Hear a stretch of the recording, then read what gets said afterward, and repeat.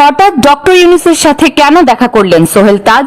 হঠাৎ করে প্রধান উপদেষ্টা ডক্টর মোহাম্মদ ইউনূসের সরকারি বাসভবনে হাজির সাবেক স্বরাষ্ট্র প্রতিমন্ত্রী তানজিম আহমেদ সোহেল তাজ। সাথে ছিলেন তার বোন শারমিন আহমেদও। শেখ মুজিবুর রহমানের সহচর, মুক্তিযুদ্ধের অন্যতম সংগঠক এবং বাংলাদেশের প্রথম প্রধানমন্ত্রী তাজউদ্দিন আহমেদের সন্তানদের হঠাৎ প্রধান উপদেষ্টার সাথে সাক্ষাতের ছবি সামনে আসার পর ব্যাপক চাঞ্চল্যের সৃষ্টি হয়েছে রাজনীতির মাঠে। রাজনীতি বিশেষজ্ঞরা বলছেন, সোহেল তাজ সম্ভবত জাতীয় নাগরিক পার্টি তথা এনসিপিতে যোগ দিতে পারেন তার বোন শারমিনও।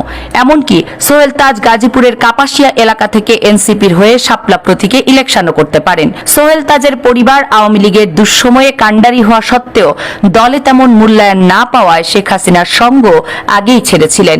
যে সোহেল তাজের মা ৭৫-এর ঘটনার পর আওয়ামী লীগের হাল ধরেছিল বলে দেশের রাজনীতি করার সুযোগ পেয়েছিলেন শেখ হাসিনা, সেই সোহেল তাজকে এয়ারপোর্টে সোনা চোরাচালান ধরার কারণে শেখ হাসিনার ফুফাতো ভাই শেখ সেলিম থাপ্পড় মেরেছিলেন ২০০৯ সালে।